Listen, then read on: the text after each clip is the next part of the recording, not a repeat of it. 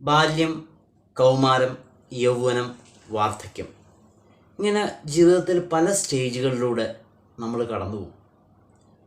നമ്മൾ എപ്പോഴും ആഗ്രഹിക്കുന്നത് യൂത്ത്ഫുൾ ആയിരിക്കാനാണ്, മനസ്സുകൊണ്ടും ശരീരം കൊണ്ടും. നമുക്ക് യയാതി എന്ന് പറയുന്ന രാജാവ് തൻ്റെ മകനിൽ നിന്നും യൗവനം മേടിച്ച കഥ കേട്ടിട്ടുണ്ടാവും.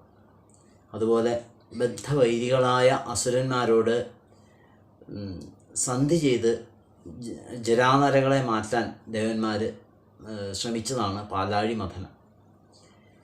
നമ്മൾ അനാദികാലം മുതൽ തന്നെ എപ്പോഴും യൂത്ത്ഫുൾ ആയിരിക്കാൻ നമ്മൾ ശ്രമിച്ചുകൊണ്ടിരിക്കുന്നു, വാർദ്ധക്യത്തെയും മരണത്തെയും അതിജീവിക്കാൻ.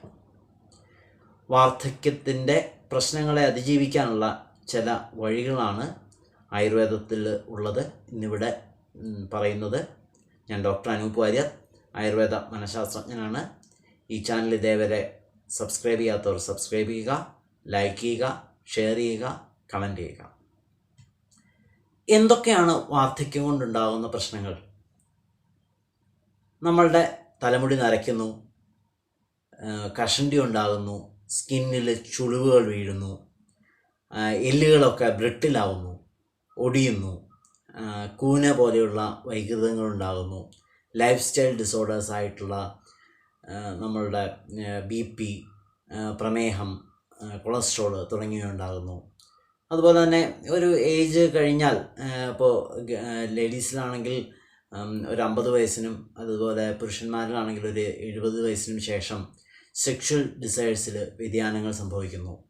ഇതൊക്കെ സാധാരണ ഏജിങ്ങിൽ ഉണ്ടാകുന്ന പ്രശ്നങ്ങളാണ്. അതുപോലെ തന്നെ മാനസികമായ പല പ്രശ്നങ്ങളുണ്ടാവും. വൃദ്ധാവസ്ഥയെ ചിന്താസക്തം, ചിന്ത കൂടുന്നു, സ്ട്രെസ്, ആങ്സൈറ്റി ഒക്കെ കൂടുന്നു. അതുപോലെ ഡെലിറിയം ട്രമൻസ് എന്ന് പറയുന്ന ഒരവസ്ഥയുണ്ട്. അതായത് നമ്മൾ പിച്ചും പേയും പറയുക, അതുപോലെ ചില ചിന്തകൾ കൂടുന്നു, ചില ഇല്ലാത്ത രൂപങ്ങൾ കാണുന്നു, ഇല്ലാത്ത ശബ്ദങ്ങൾ കേൾക്കുന്നു, അങ്ങനെ പലതരത്തിൽപ്പെട്ട കാര്യങ്ങളുണ്ടാകുന്നു. രാത്രിയും പകലും തമ്മിലുള്ള വ്യത്യാസം അറിയാതെ മാറിപ്പോകുന്നു. ഇതൊക്കെ ശരീരത്തിൻ്റെ ബയോളജിക്കൽ ക്ലോക്കുമായി ബന്ധപ്പെട്ട പ്രശ്നങ്ങളുണ്ടാകുന്നു. ഡിമെൻഷ്യ, ഓർമ്മക്കുറവുണ്ടാകുന്നു. ഇതൊക്കെ മാനസികമായ പല പ്രശ്നങ്ങളും ഉണ്ടാവാറുണ്ട്. ഈ വാർദ്ധക്യത്തിനെ നമുക്ക് അതിജീവിക്കാനുള്ള പലതരത്തിൽപ്പെട്ട വഴികൾ തേടുമ്പോൾ എന്തുകൊണ്ടാണ് ഏജിങ് ഉണ്ടാകുന്നത് എന്നതിനെപ്പറ്റി വളരെയധികം ശാസ്ത്രജ്ഞന്മാരെ പഠിക്കുകയും അതുപോലെ തന്നെ പല തിയറീസും ഉണ്ടാക്കുകയും ചെയ്തിട്ടുണ്ട്. അതിൽ 100ഓളം തിയറീസ് മോഡേൺ സയൻസ് ഉണ്ടാക്കിയിട്ടുണ്ട്. പറയുന്നുണ്ട്. ഇതൊക്കെ ശരിയാണ് എന്ന് നമുക്ക് പറയാൻ പറ്റില്ല. ആ സമയത്ത് അതുപോലെ തന്നെ ആയുർവേദത്തിൽ നമ്മൾ ചിന്തിച്ചു കഴിഞ്ഞാൽ പല തിയറീസിനെ പറ്റിയും ചിന്തിക്കുമ്പോൾ നമുക്ക് പറയാൻ പറ്റുന്നതൊന്ന്, നമ്മളുടെ ഇറ്റ്സ് എ നാച്ചുറൽ പ്രോസസ്സ്. അതാണ് ഫസ്റ്റ്. സ്വാഭാവികമായ വ്യാധിയാണ് വൃദ്ധാവസ്ഥ. അതുപോലെ രണ്ടാമത്തത് ചിന്തിച്ചു കഴിഞ്ഞാൽ നമുക്ക് ചിന്തിച്ചു കഴിഞ്ഞാൽ നമ്മൾ DNA അല്ലെങ്കിൽ ജീനറ്റിക് പ്രോഗ്രാമിംഗ്, നമ്മളുടെ ജീൻ ഈ തരത്തിൽ പ്രോഗ്രാം ചെയ്തിരിക്കുന്നു എന്ന് പറയുന്നത് നമുക്ക് മനസ്സിലാക്കാം. മറ്റൊന്ന്, basically it's A philosophical question. എന്തുകൊണ്ടാണ് ഏജിങ് ഉണ്ടാകുന്നത് എന്ന് പറയുന്നത് ഒരു ഫിലോസഫിക്കൽ ക്വസ്റ്റ്യൻ ആണ്. ഈശ്വരൻ എന്ന് പറയുന്ന അസ്തിത്വത്തിൽ വച്ചുകൊണ്ടുള്ള ഒരു തിയറിയെ നമുക്ക് എടുക്കാവുന്നതാണ്. മറ്റൊന്ന് കാലം എന്ന് പറയുന്നത് നമ്മളുടെ പല ഋതുഭേദങ്ങൾ ഉണ്ടാവും. ആ ഋതുഭേദങ്ങൾക്ക് അനുസരിച്ച് നമ്മളുടെ ശരീരത്തിലുണ്ടാവുന്ന ചേഞ്ചുകൾ കൊണ്ട് ആണ് ഏജിങ് എന്ന് പറയുന്ന പ്രോസസ്സ് പെട്ടെന്ന് സംഭവിക്കുന്നത് അല്ലെങ്കിൽ പതുക്കെ സംഭവിക്കുന്നതെന്ന് നമുക്കെടുക്കാം. എതിർച്ച എന്ന് പറയുമ്പോൾ നമുക്ക് യാദൃച്ഛികമായിട്ട് അതിനെ നമുക്ക് മ്യൂട്ടേഷൻ തിയറി ആയിട്ടോ അല്ലെങ്കിൽ നമുക്ക് നമ്മളുടെ പല സാഹചര്യങ്ങൾ അതിനനുസരിച്ച് പ്രവർത്തിക്കുന്നു. ഉണ്ടാകുന്ന സാഹചര്യങ്ങളോട് നമ്മളെങ്ങനെ പ്രതികരിക്കുന്നു എന്നുള്ളതിനനുസരിച്ച് ഏജിങ് പ്രോസസ്സിൽ നമുക്കുണ്ടാകുന്ന രോഗങ്ങൾ ഒക്കെ, യാദൃച്ഛികമായി ഉണ്ടാകുന്ന രോഗങ്ങളൊക്കെ ഇതിന് കാരണമാകാറുണ്ട്. മറ്റൊന്നാണ് നിയതി. അതായത് നമ്മളുടെ വിയർ ആൻഡ് ടിയർ പ്രോസസ്സുകൾ, നമ്മൾ കഴിക്കുന്ന ഭക്ഷണങ്ങൾ, നമ്മളൊരു സിറ്റുവേഷനിൽ എങ്ങനെ പെരുമാറുന്നു എന്ന് പറയുന്നത് ഒക്കെ അനുസരിച്ച് നമ്മളുടെ ഭക്ഷണം കഴിക്കുന്നത്, ഉറങ്ങുന്നത്, നമ്മളുടെ പ്രതിപ്രവർത്തനങ്ങളെല്ലാം ഇതിനെ ബാധിക്കാറുണ്ട്. അത് മറ്റൊന്നാണ് പരിണാമം എന്ന് പറയുന്നത്. അതായത് എവല്യൂഷൻ തിയറി. അതായത് നമുക്ക് നമ്മളുടെ നാച്ചുറൽ സെലക്ഷൻ എന്ന് പറയുന്ന ഇതിലെപ്പോഴും നമ്മളുടെ ജീവിവർഗം കൂടുതൽ ശക്തമായിരിക്കുന്നത് ഏജ് കുറവുള്ള സ്റ്റേജിലായിരിക്കും എന്ന് പറയുന്ന ഒരു തിയറി കൂടി പറയപ്പെടുന്നുണ്ട്.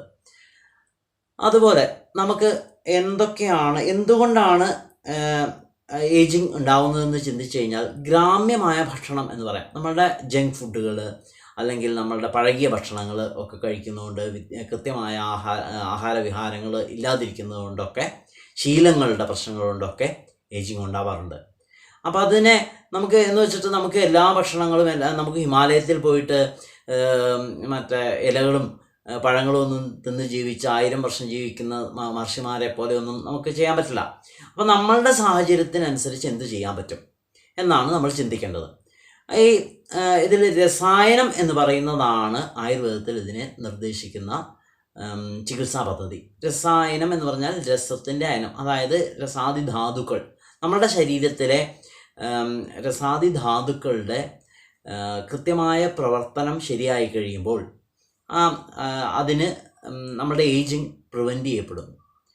അപ്പോൾ എങ്ങനെയാണത് സാധ്യമാകുന്നതെന്ന് ചിന്തിച്ചു കഴിഞ്ഞാൽ നമുക്ക് ഓജസ് എന്ന് പറയുന്ന, അതായത് ഓജസ് തേജസ്തു ധാതുനാം ശുക്ലാന്താനാം പരംസ്മൃതം, നമ്മളുടെ ശരീരത്തിൻ്റെ തേജസ്സായിരിക്കുന്ന ഓജസ്സിനെ വർദ്ധിപ്പിക്കുക. അതുകൊണ്ടാണ് ഏജിങ് പ്രിവെൻറ്റ് ചെയ്യാൻ പറ്റുന്നത്. ഈ ഓജസ്സിന് പലതരത്തിൽ പ്രശ്നങ്ങൾ സംഭവിക്കാം. ഒന്ന് വിശ്രംസം എന്ന് പറയും, അതായത് നമ്മളുടെ സന്ധികൾ അയയുക, ക്ഷീണം ഉണ്ടാവുക ഒക്കെ സംഭവിക്കുന്നു. അത് വ്യാപത്ത് എന്ന് പറയുന്നതിൽ പറഞ്ഞ പോലെ ശരീരം അനങ്ങാൻ പറ്റാതാകുന്നു, ഉറക്കം വരുന്നു, ഇതൊക്കെ സംഭവിക്കുന്നു. അതുപോലെ ക്ഷയം എന്ന് പറയുന്ന ഓജസ് ക്ഷയിച്ചു കഴിഞ്ഞാൽ നമുക്ക് നമ്മളുടെ മോഹാത്സ്യപ്പെട്ടു വീഴുക, അബദ്ധമായ സംസാരങ്ങൾ, നമ്മൾ ഡെലിറിയത്തിലൊക്കെ പറഞ്ഞ പോലെ അബദ്ധ ഭാഷണങ്ങളൊക്കെ ഉണ്ടാവുക, ഇതൊക്കെ സംഭവിക്കുന്നത് ഏജിങ്ങിന് കാരണമാവാറുണ്ട്. മറ്റൊന്നാണ് എന്തൊക്കെയാണ് രസായനങ്ങൾ എന്ന് ചിന്തിച്ചു കഴിഞ്ഞാൽ, രസായനങ്ങൾ പ്രധാനമായിട്ടും കാമ്യം, നൈമിത്തികം, ആജസ്രവികം എന്ന് തിരിക്കാം. കാമ്യം എന്ന് പറഞ്ഞു കഴിഞ്ഞാൽ, ഇപ്പോൾ നമ്മൾ രസായനത്തിൻ്റെ ഡെഫിനിഷൻ തന്നെ പറയുമ്പോൾ ദീർഘമായു, സ്മൃതിം, കാന്തിം, ആരോഗ്യം, തരുണം വയ, ദീർഘമായ ആയുസ്, ആരോഗ്യം, ഇവയൊക്കെ, അതുപോലെ കാന്തി, ബലം, വീര്യം, ഇതൊക്കെ പ്രദാനം ചെയ്യുന്ന ചില മരുന്നുകൾ ഉപയോഗിച്ചിട്ട് ചെയ്യുന്നതാണ് നമ്മളുടെ ആഗ്രഹപൂർത്തിക്ക് അനുസരിച്ച് നമ്മുടെ ശരീരത്തിനെ ബലവത്താക്കുന്നത്. നൈമിത്യം എന്ന് പറഞ്ഞു കഴിഞ്ഞാൽ ചില രോഗങ്ങൾക്ക് വേണ്ടി, രോഗങ്ങളോട് പ്രതിരോധിക്കുന്ന തരത്തിലുള്ള രസായനങ്ങളാണ്. മറ്റൊന്ന് ആജസ്രവികം, നിത്യമായി നമ്മൾ ചില കാര്യങ്ങൾ ചെയ്യേണ്ട കാര്യങ്ങളുണ്ട്. ഡേ ടു ഡേ ലൈഫിൽ നമ്മൾ ചില കാര്യങ്ങൾ ചെയ്തു കഴിഞ്ഞാൽ നമുക്ക് ഏജിങ്ങിനെ പ്രിവെൻറ്റ് ചെയ്യാൻ പറ്റും. ഇതിൽ പ്രധാനമായിട്ട് 2 തരത്തിൽ രസായനങ്ങളുണ്ട്. ഒന്ന് കുടി പ്രവേശികം അഥവാ കായകൽപ്പം. നിങ്ങൾ താണ്ഡവം എന്ന് പറയുന്ന സിനിമ കണ്ടിട്ടുണ്ടാവും. അതിൽ സായ് കുമാർ ചെയ്യാൻ പോകുന്ന ഒരു പ്രക്രിയയാണ്. അതിലെന്താണെന്ന് വെച്ച് കഴിഞ്ഞാൽ ഒരു ത്രിഗർഭമായിട്ടുള്ള ഒരു കുടി, അതായത് 3 വീടുകൾ, അതായത് ഒരു വീടിൻ്റെ അകത്ത് മറ്റൊരു വീട്, അതിൻ്റെ അകത്ത് മറ്റൊരു വീട്, കാറ്റും വെളിച്ചവും ഇല്ലാത്ത മുറിയിൽ നമ്മൾ ഒരു നേരത്തെ ഫുഡ് രസായനമായിരിക്കും. ഇപ്പോൾ ചവനപ്രാശോ ബ്രാഹ്മണ രസായനോ പോലെയുള്ള രസായനങ്ങൾ ഒരു നേരം ഫുഡ് കഴിച്ചിട്ട് വൈകുന്നേരം ഞവരയുടെ അരി കൊണ്ടുണ്ടാക്കിയ ചോറ് പാല് ചേർത്ത് കഴിക്കുക. ഇത് ഒരു രസായനത്തിൽ ഈ തരത്തിൽപ്പെട്ട രസായനങ്ങളുണ്ട്. ഇതിന് പഥ്യം വളരെ നിർബന്ധമാണ്. വളരെ അനേകം വൈദ്യന്മാരുടെ സഹായത്തോടുകൂടി ഇത് ചെയ്യാവുള്ളൂ. അത് വളരെ സിദ്ധിപ്രദമാണ്. ശരീരത്തിലെ തലമുടി, നഖങ്ങൾ, അതുപോലെ എല്ലാം കൊഴിഞ്ഞിട്ട് പുതിയതുണ്ടാവുമെന്നാണ് പറയുന്നത്. അത് വൈദ്യന്മാരുടെ സഹായത്തോടുകൂടിയും വളരെ പഥ്യത്തോടുകൂടിയും മാത്രം ചെയ്യേണ്ടതാണ്. മറ്റൊന്ന് വാതാതിപികം, അതായത് ഡേ ടു ഡേ റൊട്ടീനിൽ നമുക്ക് ചെയ്യാൻ പറ്റുന്ന ചില രസായനങ്ങൾ. നമ്മളിപ്പോൾ പല രസായനങ്ങൾ, ഇപ്പോൾ നരസിംഹ രസായനം പോലെയുള്ളതൊക്കെ നമ്മൾ ഡേ ടു ഡേ ലൈഫിൽ കഴിക്കാറുണ്ട്. ചവനപ്രാശം ഇപ്പോൾ നമ്മൾ ഡേ ടു ഡേ ലൈഫിൽ കഴിക്കാറുണ്ട്. അത് രസായനങ്ങളാണ്. മറ്റൊന്ന് പല രോഗങ്ങൾക്കും രസായനങ്ങൾ നമ്മൾ ഉപയോഗിക്കാം. ഇപ്പോൾ സർവോപഘാതകരമായിട്ടുള്ള, അതായത് എല്ലാ പ്രശ്നങ്ങൾക്കും വേണ്ടി നമുക്ക് ചെയ്യാൻ പറ്റുന്നതാണ് ഒന്ന് വിടങ്ക തണ്ടുലാദിയൊക്കെ പോലെയുള്ള രസായനങ്ങൾ. അതെന്താണെന്ന് വെച്ച് കഴിഞ്ഞാൽ അത് കൃമിയെ കളയുന്നു, ശരീരത്തിന് ആരോഗ്യം തരുന്നു. പേൻ തുടങ്ങിയ ജീവികളൊന്നും നമ്മുടെ ശരീരത്തിലേക്ക് കയറാതിരിക്കുന്നു. അങ്ങനെ ആ തരത്തിൽപ്പെട്ട രസായനമാണ് പറയുന്നത്. മറ്റൊന്ന് മേധ്യരസായനങ്ങൾ, ബ്രഹ്മി അതുപോലെ തന്നെ മുത്തൽ ഒക്കെ മേധ്യരസായനങ്ങളിൽ പെട്ടതാണ്. അതിൻ്റെ പ്രൊസീജിയറൊക്കെ വൈദ്യന്മാരുടെ നിർദ്ദേശാനുസരണം ചെയ്യണം. മറ്റൊന്ന് ഇപ്പോൾ സ്കിന്നിനുണ്ടാവുന്ന പ്രശ്നങ്ങൾക്ക് ബാഗുജി രസായനമൊക്കെ ഉപയോഗിക്കാറുണ്ട്. അതുപോലെ തലമുടി കൊഴിയുന്നതിന് നമ്മൾ, അതുപോലെ നരയ്ക്കുന്നതിന് ഇപ്പോൾ നാരസിംഹ രസായനം എന്ന് പറഞ്ഞു കഴിഞ്ഞാൽ സർവ ചക്രോജ്വലഭിജംബിത്വ നാരസിംഹ ഇവാസുര, നരസിംഹം ചക്രായുധത്താൽ ഇരിക്കുന്ന നരസിംഹത്തിനെ പോലെ രോഗങ്ങളെല്ലാം പേടിച്ചോടും എന്ന് പറയുന്ന രസായനമാണ് നാരസിംഹ രസായനം എന്ന് പറയുന്നത്. അതുപോലെ തന്നെ നമുക്ക് അതിന് കേശർ ഭൃംഗാംഗ വണ്ടിനെ പോലെ തലമുടി നല്ല കറുത്ത് വരിക, അതൊക്കെ ചെയ്യുന്നതാണ്. അതുപോലെ തന്നെ മറ്റൊന്നാണ് നമുക്ക് വയമ്പ് കൊണ്ടുള്ള രസായനങ്ങൾ വാക്ശുദ്ധിക്കൊക്കെ ഉപയോഗിക്കാറുണ്ട്. പിന്നെ സെക്ഷുവലായിട്ടുള്ള ഡിസയേഴ്സിനെ ഉണ്ടാക്കാൻ വേണ്ടിയിട്ട് അശ്വഗന്ധ, നായ്ക്കരണ പരിപ്പിൻ്റെ പൊടി ഒക്കെ ഉപയോഗിച്ച് കഴിഞ്ഞാൽ വളരെ നല്ലതാണ്. അതുപോലെ ആയുസ്സിനും കണ്ണിൻ്റെ കാഴ്ചശക്തിക്കും ഒക്കെ ത്രിഫലമൊക്കെ റൊട്ടീൻ ഡെയിലി കഴിക്കാവുന്നതാണ്. അതുപോലെ തന്നെ പാല്, നെയ്യൊക്കെ ദിവസവും കഴിച്ചു കഴിഞ്ഞാൽ ആരോഗ്യം കൂടുതൽ ഉണ്ടാവുകയും രസായനമാണ് ഏജിങ്ങിനെ പ്രിവെൻറ്റ് ചെയ്യുകയും ചെയ്യും.